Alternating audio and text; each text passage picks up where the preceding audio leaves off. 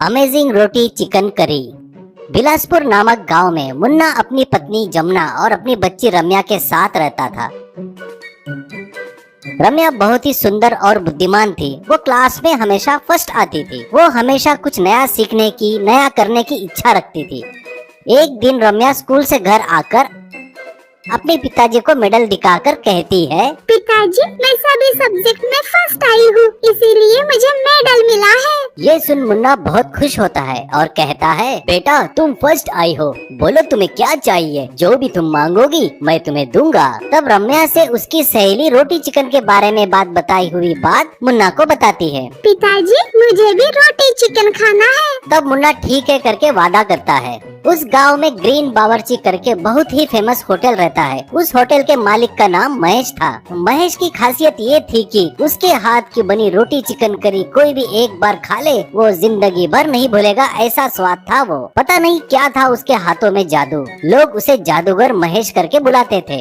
एक दिन रम्या अपने पिताजी के साथ ग्रीन बावर्ची होटल में जाती है। वहाँ रम्या महेश को रोटी चिकन करी बनाते हुए देखती है। रमेश पहले तवे को गर्म करने के लिए रखता है। उसके बाद 2 अंडे फोड़कर एक कटोरी में डालता है। उसे अच्छे से फेंटता है। उसमें मिर्ची मसाले डालता है और एक ऑमलेट बनाता है। फिर एक रोटी बनाता है। उस रोटी में चिकन करी डालता है। उसके ऊपर बने हुए ऑमलेट को रखता है। अब तवे पर बटर लगाकर उसे उस रोटी को अच्छे से सेकता है और उसके 4 पीस करके सर्व करता है। ये देख रम्या को बड़ा आश्चर्य हुआ और वो खाकर वो तो एकदम अचंभित रह गई।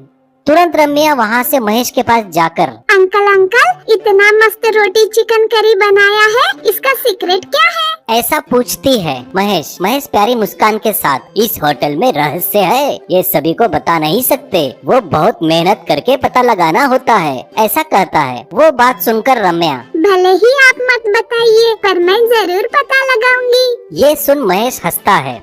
अगले दिन रम्या स्कूल छूटने के बाद सीधे होटल के पास जाती है और वो रोटी कैसे बना रहा है ये देखती है।